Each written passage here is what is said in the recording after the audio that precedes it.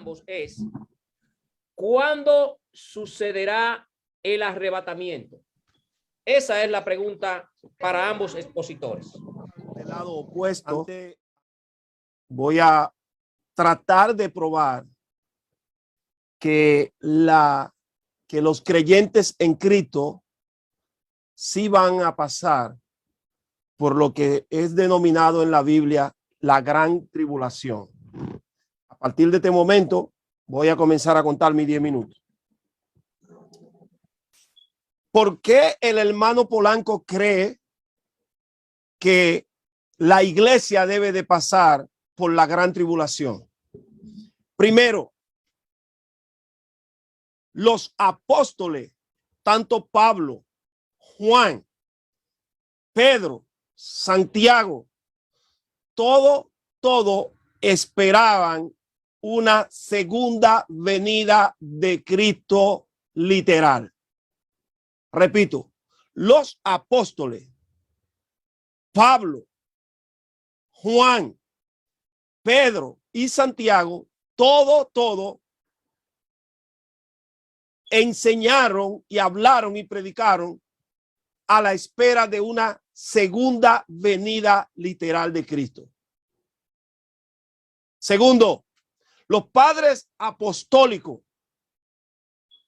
todo, Orígenes, Tertuliano, Latancio, todo predicaron de una segunda venida de Cristo, y ninguno de ellos, ponga atención, ninguno de ellos, ni Orígenes, ni Tertuliano, ni Latancio, promovieron que la iglesia iba a ser sacada de la tierra antes de que comenzara el periodo de la gran tribulación.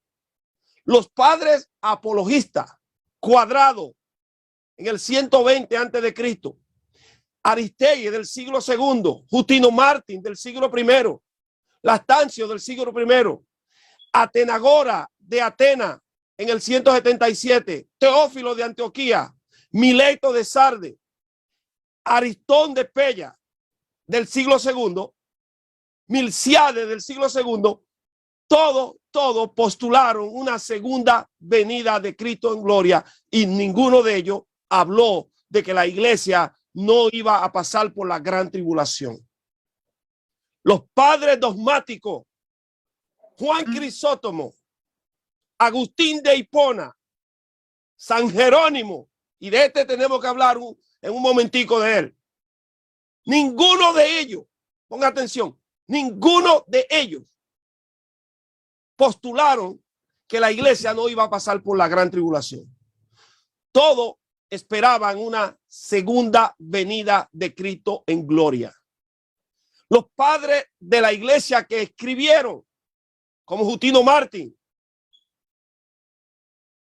como el pastor Germán en el siglo II, Bernabé, la epístola de Bernabé en el capítulo 4, Ireneo de León en el 140, Hipólito de Roma, Quinto VII en la Didache, todo postularon que la iglesia iba a pasar por el periodo de grande tribulación.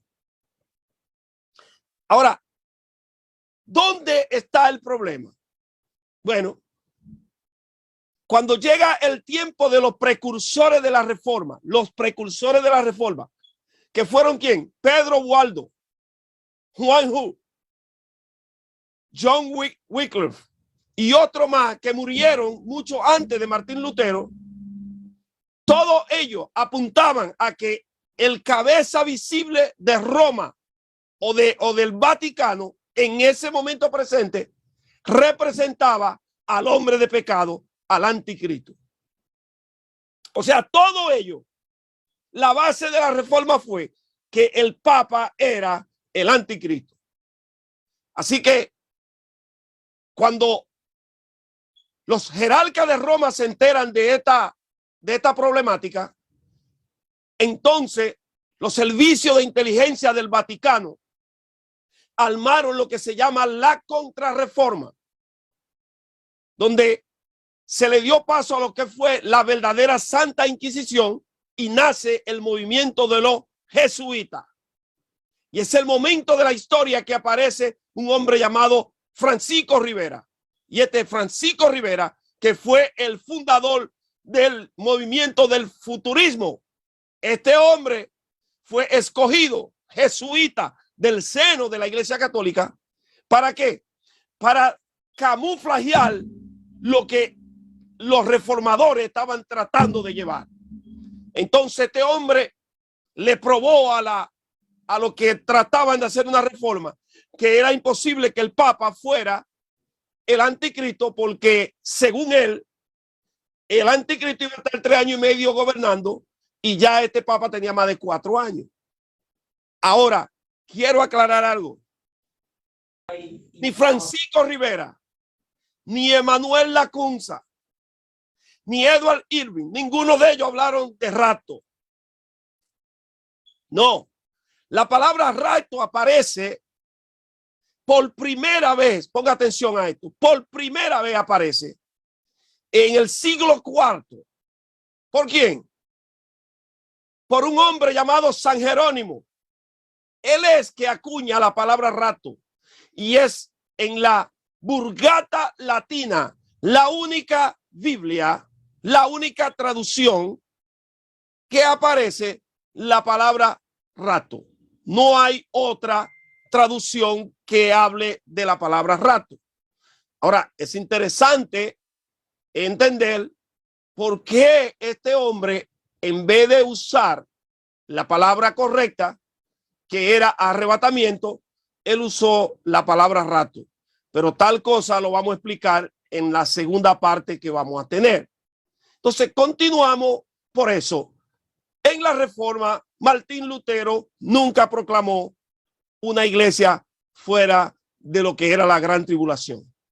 Juan Calvino tampoco nunca habló de una iglesia fuera de la gran tribulación. John Knox tampoco nunca habló de una iglesia de la fuera de la gran tribulación. Siempre los reformadores hablaron de la manifestación, la gran manifestación de la segunda venida de Cristo. Sí, manifestación del griego en las palabras Strong 17:32 y en el hebreo 53:21, que significa la epifanía. Definición de epifanía: avenimiento, aparición, revelación, reunión pública, acto de presencia, que viene de qué? De la palabra fanero del Strong 53:18, hacerse visible en un lugar. Así que la epifanía, revelarse, dejarse ver, aparece en el libro de Tito capítulo 2 verso 13, guardando la esperanza bienaventurada y la manifestación en gloria de nuestro gran Dios y Salvador Jesucristo. Fanero, apocalipto, revelación. Primera de Pedro capítulo 5 verso 1, ruego a los ancianos que estén entre vosotros, yo anciano también con ellos y testigo del padecimiento de Cristo, que soy también participante de la gloria que será revelada. Fanero, apocalipto, revelación. Primera de Pedro capítulo 4 verso 13, sino gozado por cuanto soy participante de los padecimientos de Cristo, para que también en la revelación de su gloria os gocéis con él en gran alegría. Un minuto También más. aparece un minuto. Sí. Segunda carta a Tesalonicenses capítulo 2 verso 8. Y entonces se manifestará, ve, manifestación, aquel inicuo, manifestación, fanero, revelación. Primera carta a Timoteo capítulo 6 verso 14.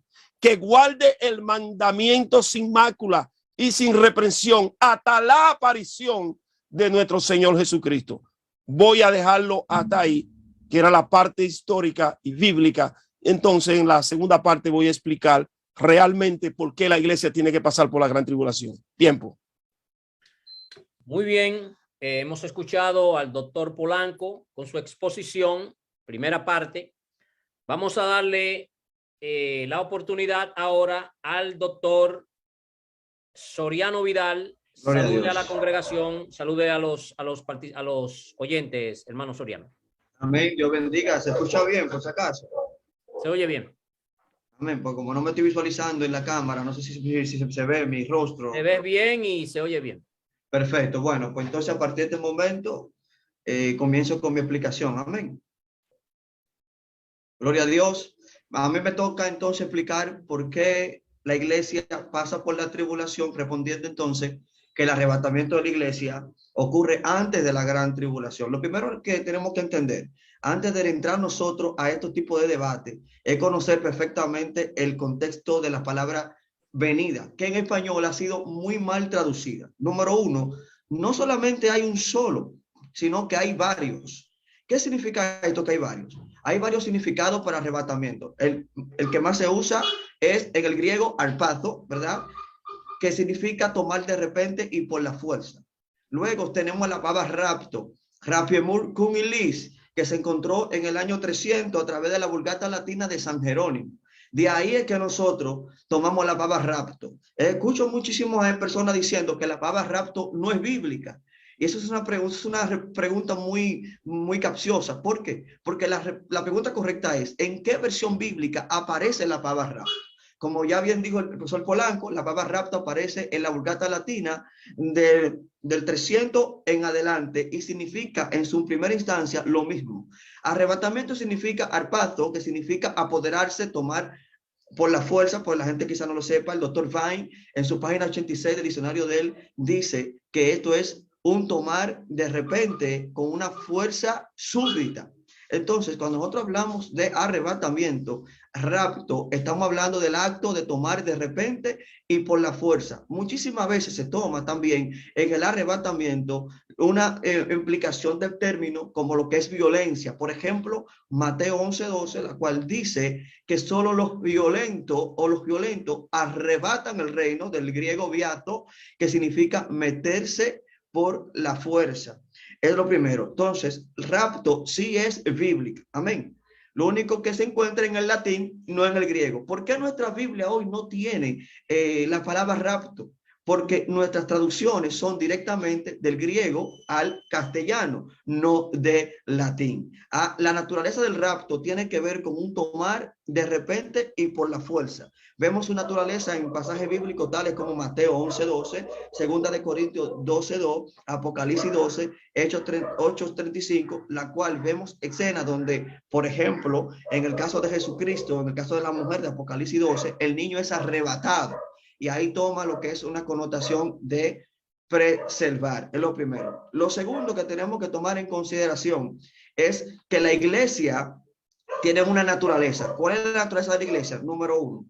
No podemos hablar de arrebatamiento de la iglesia sin entender primero que Cristo viene. Los raptistas creemos que Cristo viene por segunda vez. No creemos que viene por tercera vez, cuarta vez, quinta vez. Eso es una tontería. Eso no existe. Cristo viene por segunda vez. Y creemos lo siguiente, número uno. La venida de Cristo literal, Hechos 1:11.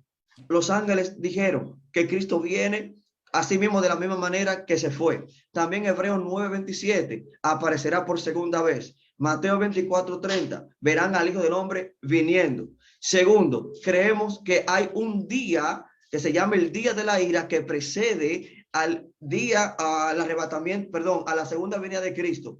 Este día del Señor, entiéndase mayormente que es un título que implica lo que tiene que ver con un día de juicio apocalíptico. Por ejemplo, tenemos a Isaías 13:9, Ezequiel 32, tenemos a Joel 1:15, pero especialmente Amós 5:18, Sofonías 1:14, Zacarías 14, Malaquías 4 hablan de este día grande y terrible, la cual el apóstol Pablo le llama el día del Señor en segunda de Tesalonicenses capítulo 5, y es sinónimo de la frase la ira venidera. Es lo primero.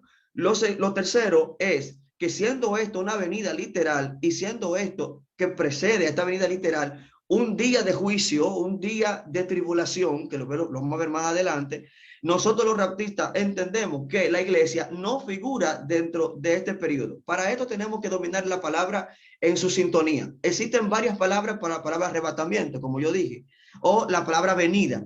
¿Cuáles son? Parousia, que no se puede pasar por alto, erjomai, también está Apocalipsis, también está Fanero, también está Jorao, no solamente, hay más, mucho más.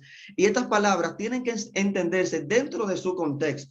La palabra que se utiliza en 1 de Tesalónica, capítulo 4, en Tesalónica 3:13, en Juan 2:18 y en Mateo 24:3 es parousia. Parousia significa no una llegada como se interpreta en las Biblias castellanas. Significa una presencia, una reunión con, una reunión entre. Esto es importante que se entienda. Cada vez que se usa la palabra parousia, no se habla de la llegada en sentido espontáneo. Se habla de una presencia que implica un periodo de tiempo. Cuando en Tesalónica 4 dice la venida del Señor, si ustedes buscan en su Biblia, en el texto original, dice la parousia, no la llegada, sino la presencia de Cristo con su iglesia en el aire. Eso es muy importante que se entienda. Cuando se da a entender que tiene que ver con la venida de Cristo en el sentido de desplazamiento del cielo a la tierra, se utiliza el Jomai. Yo les invito a ustedes que busquen, por ejemplo, Mateo 24:30, cuando dice, y verán al Hijo del Hombre viniendo ahí no es parousia, porque no habla de la reunión de Cristo con la iglesia, habla de la llegada, el desplazamiento de él. Apocalipsis, que lo mencionó el doctor Polanco, significa un revelar, pero aquí tiene algo, una connotación muy distinta a parousia y muy distinta a Jomai, y manifestación es fanero, que es la segunda palabra después de Apocalipsis. Eso es muy importante entenderlo. Apocalipsis se utilizó en Pedro 4:13 y en Tesalónica 1:7 mayormente para aquellos hermanos que estaban pasando por mucha tribulación excesivamente, y esta palabra se utilizaba para recordarle que Dios le iba a dar a ellos lo que es consuelo en medio de la tribulación. Entonces, número uno, se ha dicho que la CUNSA inventó el rapto. Eso es mentira. No fue la CUNSA que inventó el rapto. No hay una sola página en el libro 3 tomos de la CUNSA que él hable de arrebatamiento pretribulacional. Segundo, Margaret MacDonald no dio una revelación del rapto pretribulacional. Lo pueden leer, yo se lo puedo mostrar ahora mismo. Y en su visión no hay nada que dice que la iglesia no pasaría por la gran tribulación.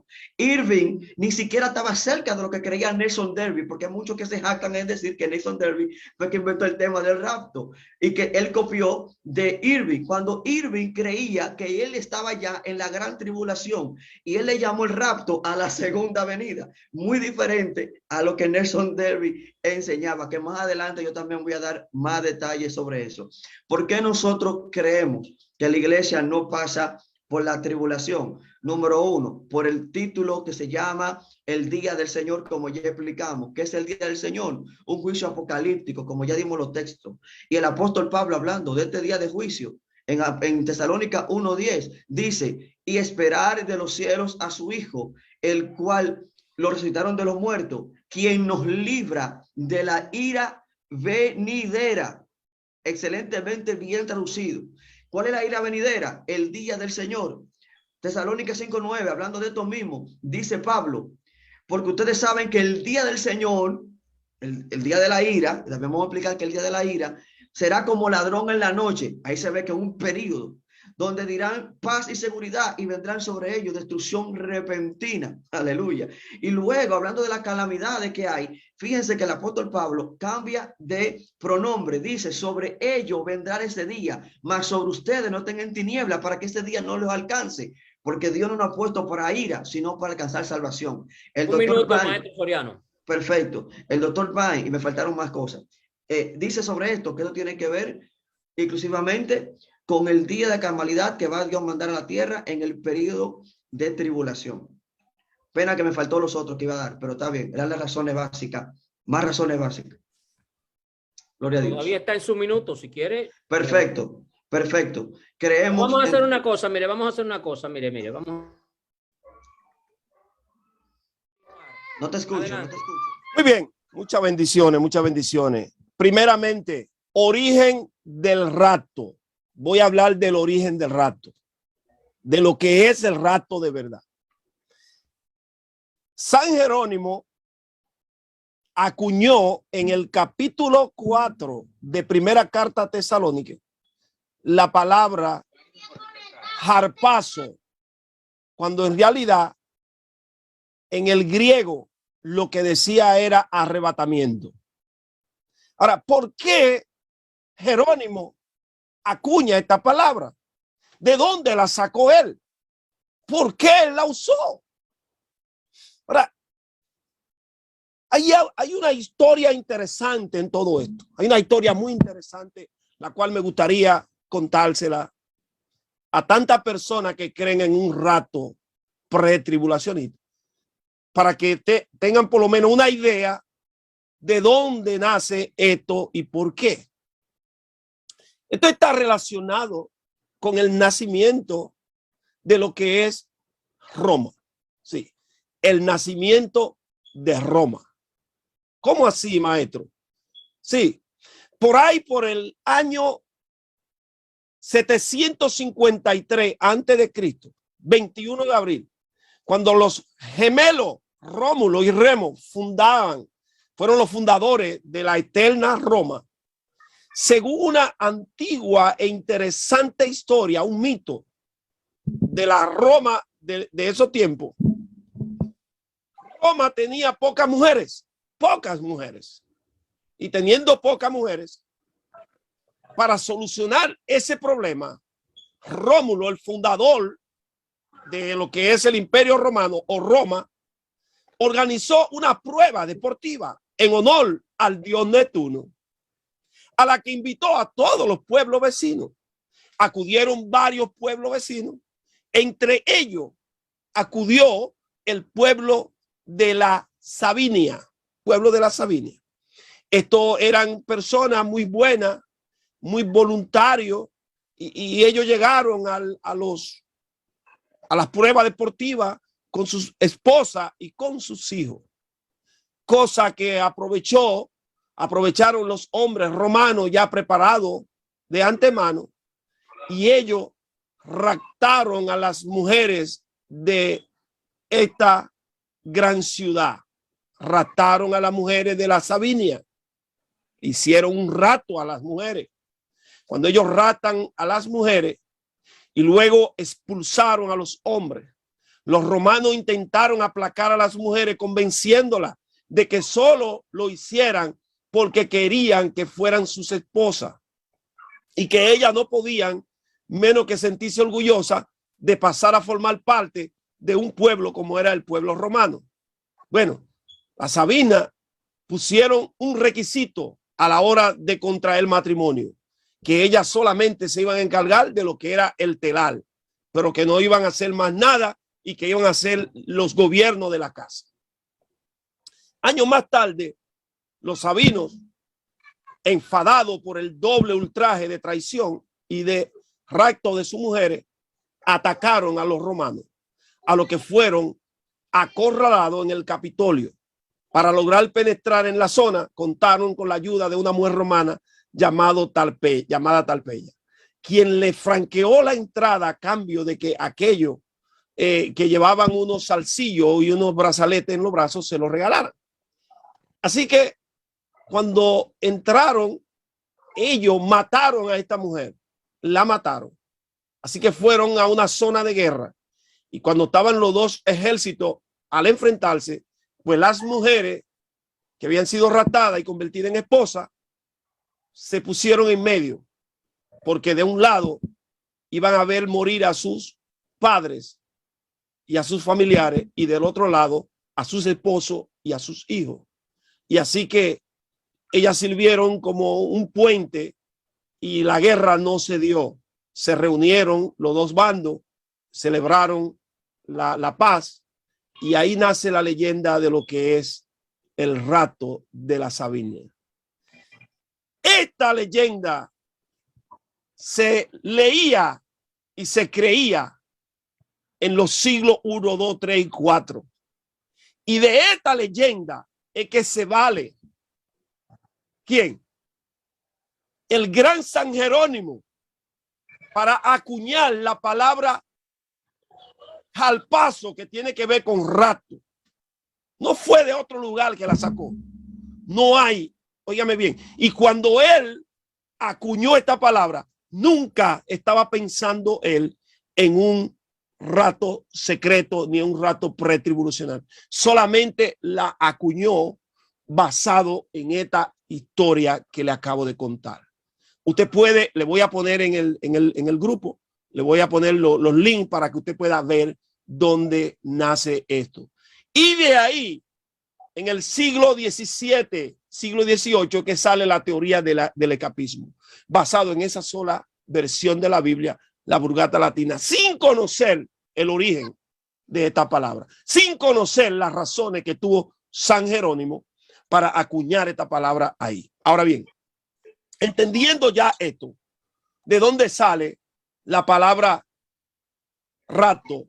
Yo quiero decirle que ni los padres apostólicos, ni los apóstoles, ni los padres dogmáticos, ninguno en ninguna época hasta el siglo XIX, nunca hubo un solo debate sobre el rapto de la iglesia pretribulacionista. No lo hubo porque nunca fue un problema. No lo hubo porque nadie hasta el siglo XVIII había hablado de lo que era el rapto. No lo hubo porque nunca fue un problema para la iglesia naciente. Esto del rapto pretribulacionista nace hace 200 y pico de años. Por tal razón, usted no va a encontrar en la historia a nadie debatiendo ni en contra ni a favor del rapto, como sucedió en los años posteriores, cuando se levantaron las doctrinas de la Trinidad, de la unicidad y estas grandes doctrinas que partieron la iglesia por mitad. Por eso vuelvo y le digo, la palabra rapto no está en nuestra Biblia y aparece en una sola versión y jamás se puso ahí pensando ni para que alguien creyera que se iba a ir antes de la gran tribulación. No existe eso. Es la Biblia la que dice lo siguiente. Es la Biblia y no Rafael Polanco. La Biblia dice en segunda de Carta Tesalonicense capítulo 2, verso 1. Pero con respecto a la venida de nuestro Señor Jesucristo y nuestra reunión con Él, os rogamos, hermanos, que no os dejéis mover fácilmente de nuestro modo de pensar, ni conturbéis ni por espíritu, ni por palabra, ni por carta, como que si fuera nuestra. En el sentido de que el día del Señor está cerca. Y el 3 dice, nadie os engañe en ninguna manera, porque no vendrá, repito, no vendrá sin que antes venga la apostasía y se manifieste el hombre de pecado, el hijo de perdición. Óigame bien, Jesucristo no vendrá. Y como decía mi oponente, que ellos no creen que hay 3 venidas ni 2 venidas, sino que hay una sola. Es bien fácil decir que nada más creen en una segunda venida, pero eso es solamente en teoría. Cuando usted dice que Jesucristo viene y que llegó en las nubes de los cielos y que arrastró a la iglesia y se la llevó, eso usted no le puede salir a nadie que eso no es una venida. ¿Por qué? Porque Cristo llegó, Cristo vino. ¿Y vino a dónde? Al planeta Tierra. Y las nubes están en el planeta Tierra. No están en otro lugar. Las nubes corresponden al planeta Tierra. Así que si Cristo vino y llegó al planeta Tierra, esa es una venida. Y si después te está esperando otra, entonces ya no son dos, no es la segunda venida. Estamos hablando de la tercera venida. Es fácil decir que usted dice que nada más es una sola venida que espera, pero eso es solamente de la boca para afuera. En la práctica, usted está diciendo que son 2 venidas, 2 venidas. Y mi última parte, la bola de 99, la tengo para el final. Tiempo. Muy bien, muy bien. Veo que los moderadores, parece que el doctor Polanco tiene un cronómetro ahí, ya él sabía que era su tiempo, yo no quise interrumpirlo. Sí. Amén, amén. No quise decirle que le quedaba uno, estaba muy interesante su exposición. Ahora, como decimos, ahora el maestro Soriano tiene la oportunidad de abundar en su exposición y si quiere refutar, también puede hacerlo. Así que, maestro Soriano, el tiempo es suyo. ¿Se escucha? Ahora se escucha, ahora sí. Perfecto, perfecto. Comienzo desde ahora. Bien, para entrar un poquito más en la historia, vuelvo y digo, recapitulo y lo voy a hacer un poquito más. Perdón, maestro Soriano, si quiere puede hacerlo despacio para que... Perfecto, perfecto.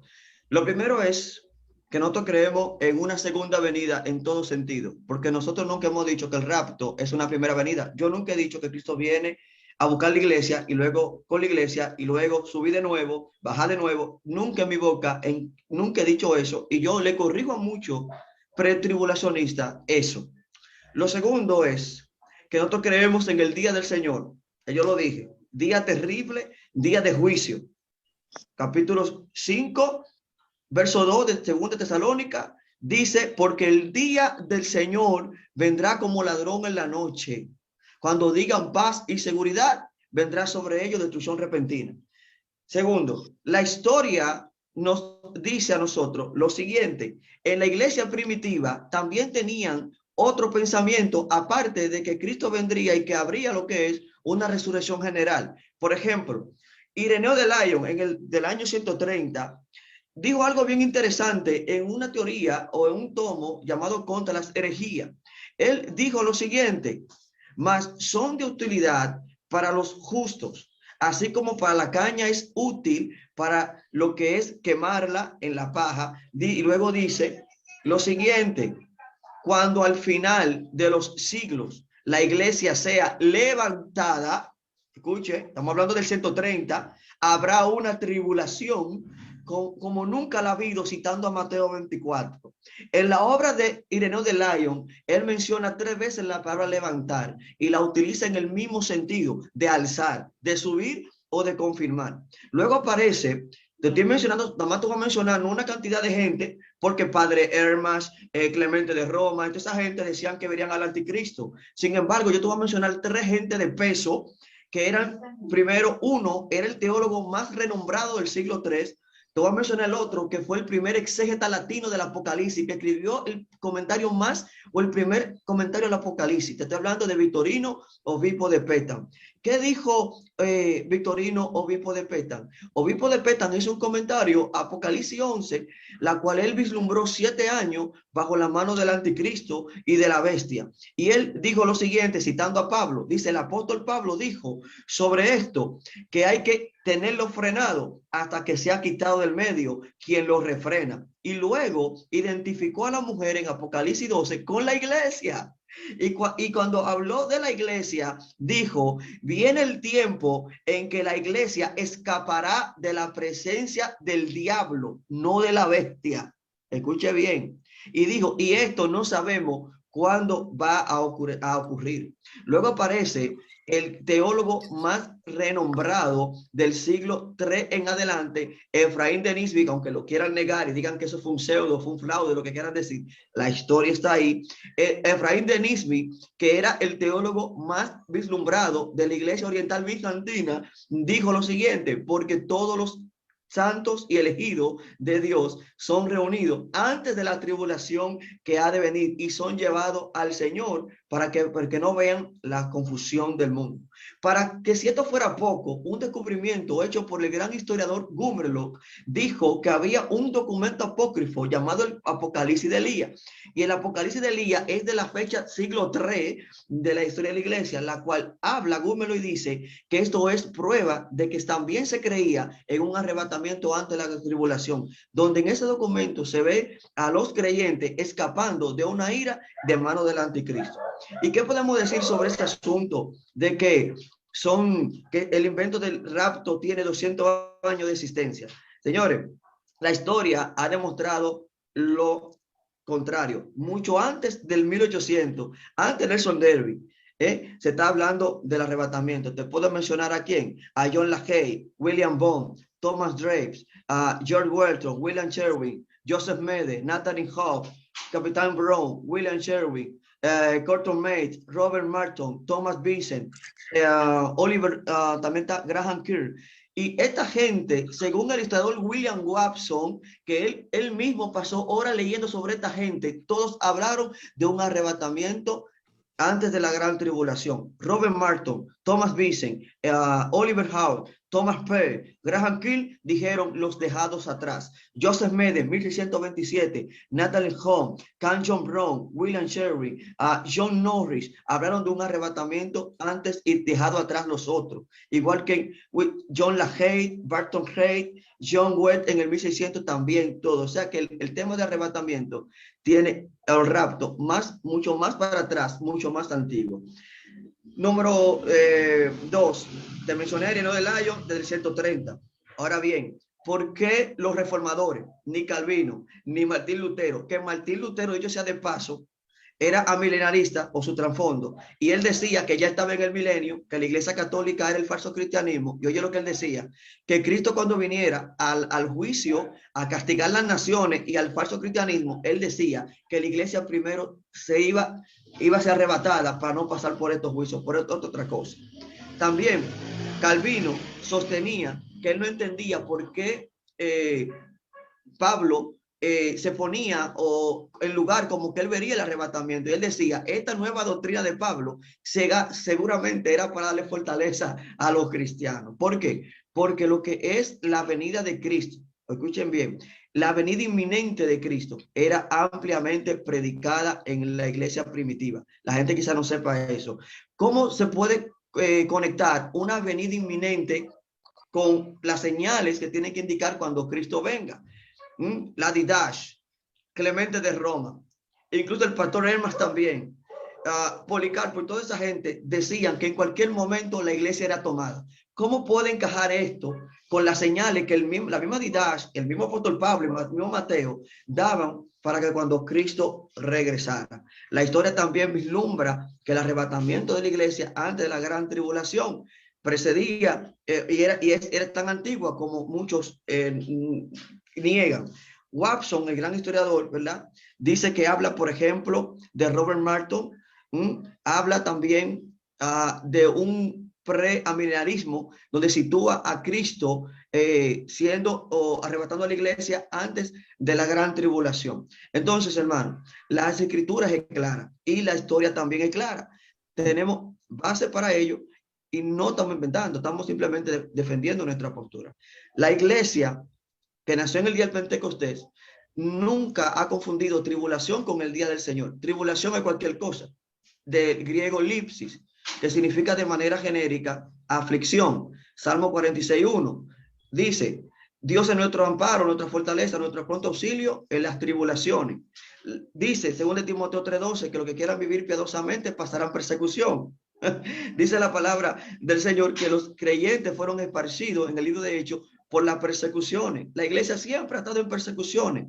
Sin embargo, la historia también, como ya mencioné, 3 padres apostólicos, padres de la iglesia, no cualquier padre de la iglesia, te estoy hablando del primer exégeta latino, te estoy hablando del teólogo más vislumbrado de la iglesia oriental, te estoy hablando de Ireneo de Lyon, que venía siendo, escucha bien, el más resaltado de los padres apostólicos de esos tiempos, hablando de un levantamiento de la iglesia antes de, y esto tuvo de base la teoría de la inminente venida de Cristo, que hay que muchos caen en error.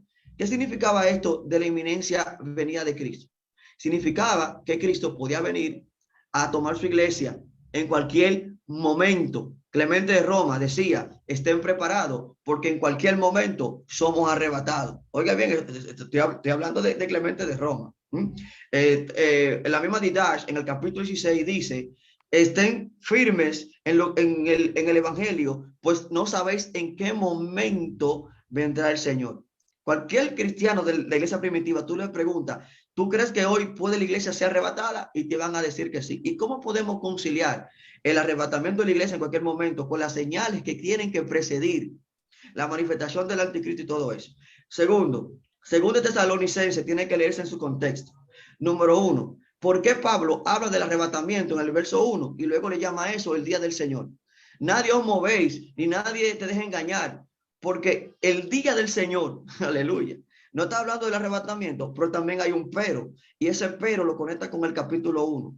El apóstol Pablo, después que el capítulo 1 habla del periodo que va a pasar y la manifestación de Cristo, él dice un pero en el capítulo 2 y luego dice, respecto a la venida del Señor y nuestra reunión con Él, o sea, el rapto, no os dejemos ver. Oye bien, ¿por qué? Ni por carta ni por profecía, tocante a que el día del Señor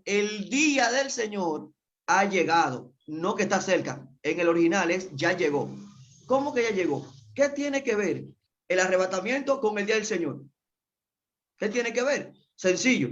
El día del Señor es el juicio apocalíptico y el arrebatamiento introduce ese día apocalíptico. Lo que nos vamos en ese arrebatamiento, no pasaremos por esos días del Señor, pero para los que se queden, sí pasarán por ese día del Señor. Por eso es que Pablo cambia la palabra de arpazo a Gerochronia y en el griego, día del Señor. Y ese día, por eso que el artículo definido no aparece ahí, no se puede dar hasta que venga lo que es la manifestación del anticristo. Eso tiene su contexto. Entonces, hermano, como ya estaba diciendo, tenemos que entender, número uno, ¿qué es? Me fue tiempo. ¿Se acabó? Ok. Termina lo que te iba a decir, está bien, termina lo que te iba a decir. Perfecto. El día del Señor siempre es un periodo de juicio. Parousia es una presencia, reunión. Cada vez que Cristo habla de su llegada, es erjomai, involucra ángeles, manifestación espontánea, pero donde aparece parousia, nunca se vislumbra una reunión con los ángeles, y esto es lo que dio origen a lo que es la venida inminente, que luego más adelante Nelson Derby, como testifica la historia, que más adelante también lo voy a poder decir, testifica la historia que él llegó a descubrir esta verdad cuando pudo distinguir la iglesia de Israel como esos comentarios. Nosotros debemos de tomar a estos dos expositores y ponerlos en una alta posición, porque ambos han estado bien en su, y el tiempo ha sido muy corto. Yo creo que tenemos que hacer una segunda parte aquí. Yo no sé si están de acuerdo conmigo, pues yo creo que este tiempo se acabó muy rápido.